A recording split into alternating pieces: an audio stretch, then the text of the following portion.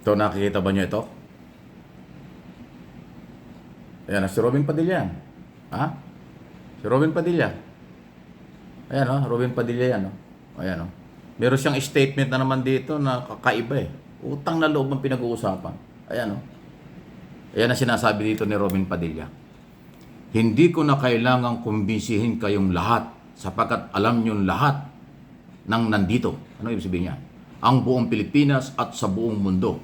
Lahat tayo, mag-i-endorse niya isang kandidato. Ang mga kapatid kong Muslim, kailangan magbayad tayo ng utang na loob. Kailangan natin itong congressman na gusto niya maging senador na maging number 1. So madalit sabi, ang sinasabi dito ni Robin Padilla, meron siyang ini-endorsong congressman na gusto niya maging senador, pero kailangan daw ay magbayad tayo ng utang na loob. Anong utang na loob ng mga Muslim dito sa congressman gusto niya maging senador? Wow! So ang pinapalabas ni Robin Padilla ngayon, utang na loob ang pagbasihan para iboto ang kanyang kandidato. Oh my goodness. Yan pa naman ang ayaw ko sa lahat. Utang na loob, personal yun. Utang na loob, basihan para mo iboto ang kandidato. Wow! Robin Padilla, hindi ba dapat paninindigan, kakayanan, prinsipyong makabayan, prinsipyong para sa bayan, sa bansa? Hindi, utang na loob, magbayad tayo ng utang na loob. Grabe, ayan. Sinabi niya yan, Ayan yung binasa ko lang. Pero ayaw ko na ipakita yung kandidato. May binabanggit siya kandidato. Si Robin Padilla yan. Ayan, papakita ko sa inyo yung barte ng kanyang mukha. Ayan, si Robin Padilla yan. Siya po may sabi niya. Sang-ayon ba kayo dyan? Iboto raw yung kanyang kandidato bilang pagtanaw ng utang na loob. O anong utang na loob ang kailangan? Ganon bang kababaw? Ganon ba ang iyong paniniwala, Senador Padilla? Ang Pilipino iboboto sa kandidato dahil pinagkakautangan ng loob. Hindi ba pwedeng ang pag-usapan dito ay plataforma di gobyerno kung paano resolbahin ang problema, palakasin ang ekonomiya, internal, external security dahil sa West Philippine Sea? Paano tugunan ang kahirapan? Paano tugunan ang maraming problema ng ating bansa? Hindi ba dapat gano'n?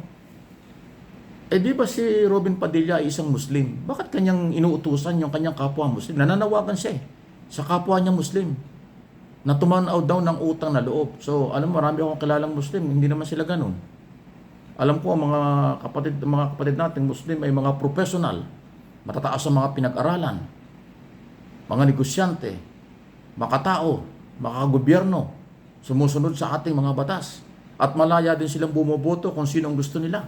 Pero bakit si Robin Padilla nagpapakilalang Muslim ang kanyang kapanawagan sa kapwa Muslim ay utang na loob ang gamitin para iboto yung kanyang ini-endorsong kandidato? Ano yun, Robin Padilla? Pambihira naman.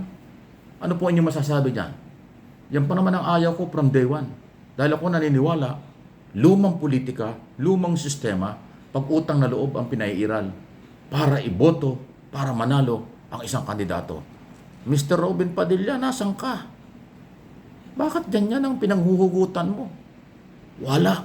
Walang-wala kapag pag-asa. Any comment, reaction, malaya po kayo. Isa pa, pag-usapan natin, iboto po natin pro-Philippines. Pabor sa Pilipinas, hindi pro-China candidate. Kung sino man po yung tingin ninyo pro-China, huwag niyong iboto yan sa iso ng West Philippine Sea. Yung maka-Pilipino, pro-Philippines, naninindigan sa West Philippine Sea. Yan po ang kailangan nating manalong senador. May paninindigan, may prinsipyo, hindi yung pro-China. Kasi ngayon ang balita, posible umano na gumagamit ng impluensya ang China, pwedeng financial support sa mga kandidatong gusto nilang maging kakampi para sa iso ng West Philippine Sea. Yan po ay kataksilan ng Pilipinong magpapagamit dahil lang sa interest ng China. Dapat pag Pilipino ka, manindigan ka sa teritoryo ng ating bansa. Kung sino man po yung mga senador, mga kandidato for senador o maging local position o local government na pro-China, huwag niyong iboboto dahil pagsisisihan po ninyo yan. Okay? Okay. Ito naman yung sunod. Ramdam na ni Sara Duterte ang issue tungkol sa impeachment. Kaya siya ngayon ay kayod marino, kayod kaliwat kanan para makumbinsi ang mamamayan, suportahan ang kanyang mga kandidato. Kasi alam ni Sara na napakalakas ng mga ebidensya tungkol sa impeachment, article of impeachment laban sa kanya.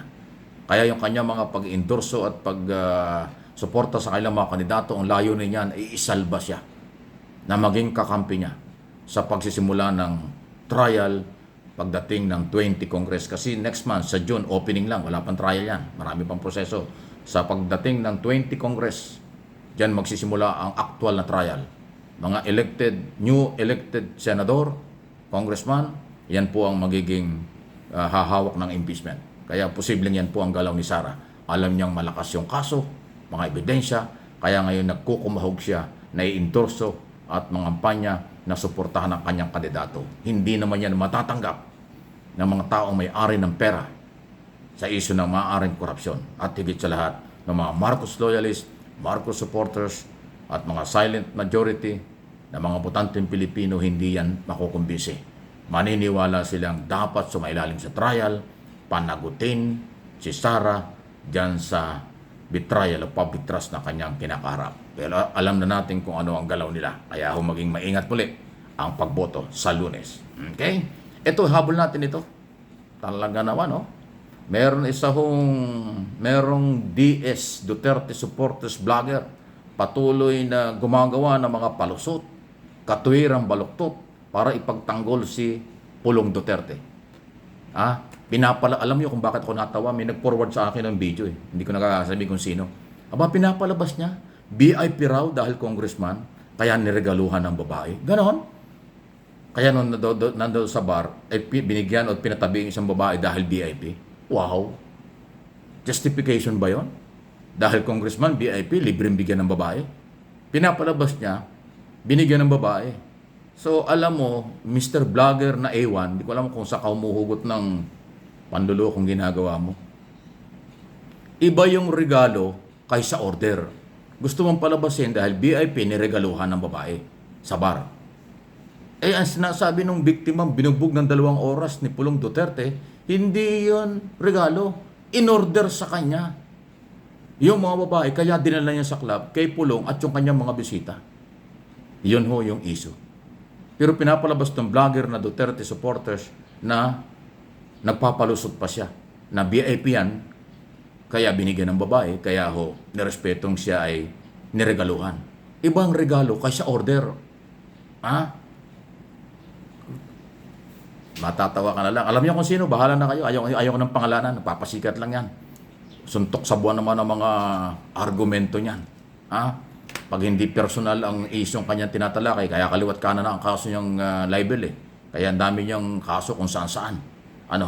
Pati inciting to sedition, may kaso rin yan. Yan ho yung vlogger na halatang-halata mong pruta talagang Duterte from day one. Duterte kibuloy ang galawan niya ng araw. Pero dito sa issue ng kay Pulong, pinipilit niyang linlangin, paniwalaan na walang ginawang masama si Pulong. Ang linaw-linaw doon sa video. Hindi lang yung issue ng babae, yung pambubugbog bawal. Di ba? Yung tungkol doon sa babae, kung binayaran o isa pang problema yon. Pero yung sinasabi niya, VIP kaya niregaluhan, kalokohan. Ulitin ko, iba ang regalo kaysa order. Nag-order sila, sabi ng bugaw na kanilang binugbog. Dami niyong palusot, kaya hiya lang kayo. Please like and share ng ating mga video.